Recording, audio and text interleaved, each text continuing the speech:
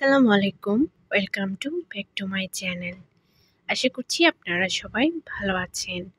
আলহামদুলিল্লাহ আমিও ভালো আছি। আজকে আপনাদের সাথে পারফেক্ট ছোলা ভুনা রেসিপি শেয়ার করব।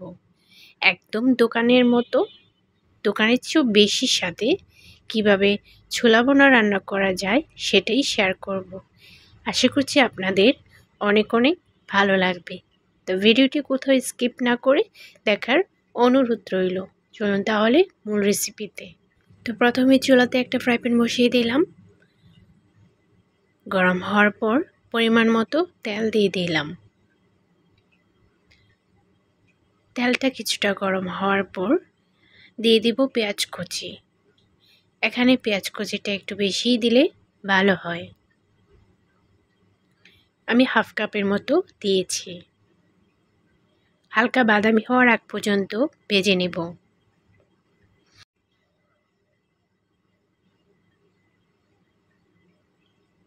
কিছুটা কালার আসার পর এখানে আমি কাঁচামরিচ কুচি দিয়ে দিয়েছি।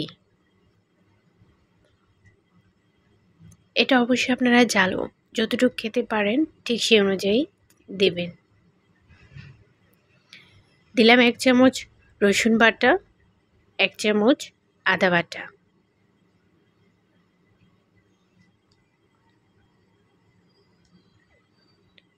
একটু নেড়েচেড়ে ভেজে নিব যাতে কাঁচা গন্ধটা চলে যায়।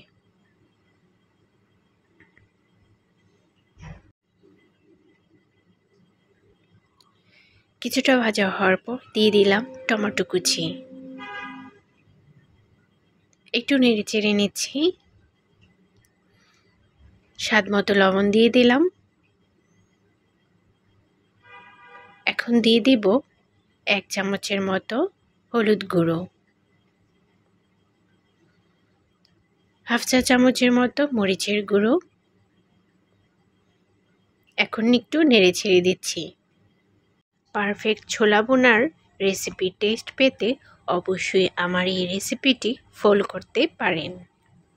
ভিডিওর এ পর্যন্ত এসে যারা লাইক দিতে ভুলে গিয়েছেন প্লিজ লাইকটা দিয়ে দিবেন।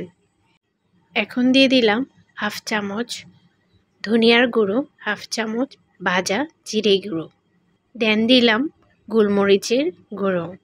এখন সামান্য একটু পানি দিয়ে সবগুলো মশলা ভালো করে কষিয়ে নেব। এখন একটু নেড়েচেড়ে মিশিয়ে নিচ্ছি। দেন আমি এখানে 1 চামচের মতো পাঁচফোড়নের গুঁড়ো দিয়ে দিলাম। মশলাটা কষানো হয়ে গিয়েছে। এখানে আমি কিছু আলু হাফ ভাঙা করে দিয়ে দিব। একেবারেই ফ্রেশ করে দিলে ভালো লাগে না।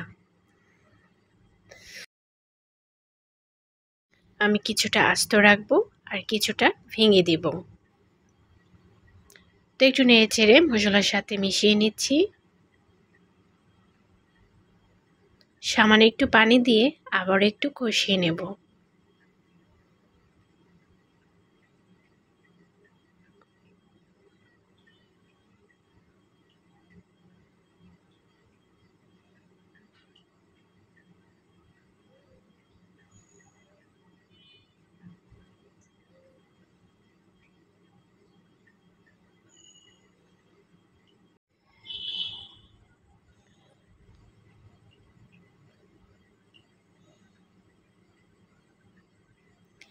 তো খুব ভালো করে আমি সব কিছু কষিয়ে নিয়েছি।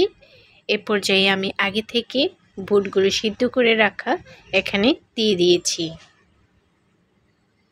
এখন সব কিছু একসাথে ভালোভাবে মিশিয়ে নেব।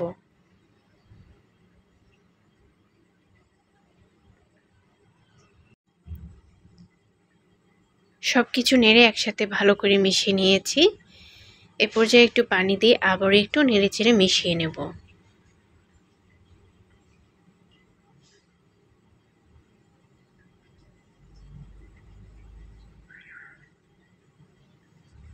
দেন আমি একটা ঢাকনা দিয়ে ঢেকে 1 থেকে 2 মিনিটের মতো রান্না করে নেব।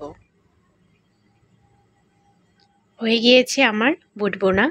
দেখুন কত সুন্দর একটা কালার চলে এসেছে এবং কিছুটা মাখা মাখা রাখবো, কারণ এটা ওঠানোর পর অনেকটাই ঝোলটা কমে যাবে। আর কিছুটা মাখা মাখা থাকলে খেতে অনেক ভালো লাগে। এই পর্যায়ে আমি উপরে কিছু ধনিয়া পাতা ছিটিয়ে দিলাম। আমার ছোলা রান্নাটা কমপ্লিট হয়ে গিয়েছে। এই পর্যায়ে আমি চুলা থেকে এটাকে নামিয়ে নেব। দেখতেই পাচ্ছেন কিছুটা মাখা মাখা আমি রেখেছি। এখন একটা সার্ভিং বলে সার্ভ করে আপনাদেরকে দেখিয়ে দিলাম। দেখুন মাশাআল্লাহ, দেখতে কতটা সুন্দর একটা কালার চলে এসেছে, খেতে কিন্তু দুর্দান্ত হয়েছে। আজকের এই ছোলা ভুনা রেসিপিটি আপনাদের কেমন লাগলো অবশ্যই কমেন্ট করে আমাকে জানাবেন। আর যদি ভালো লেগে থাকে তাহলে লাইক, কমেন্ট, শেয়ার এবং সাবস্ক্রাইব করতে ভুলবেন না। আর অবশ্যই পাশে থাকা বেল বাটনটি অল করে দিবেন, যাতে করে নতুন ভিডিও আপলোড দেওয়ার সাথে সাথে আপনার কাছে নোটিফিকেশন পৌঁছে যায়। আজকের মতো এখানেই বিদায় নিচ্ছি। সবাই ভালো থাকবেন, সুস্থ থাকবেন। সবার জন্য অনেক অনেক দোয়া এবং ভালোবাসা। সবাইকে রমাদান মোবারক। আল্লাহ হাফিজ।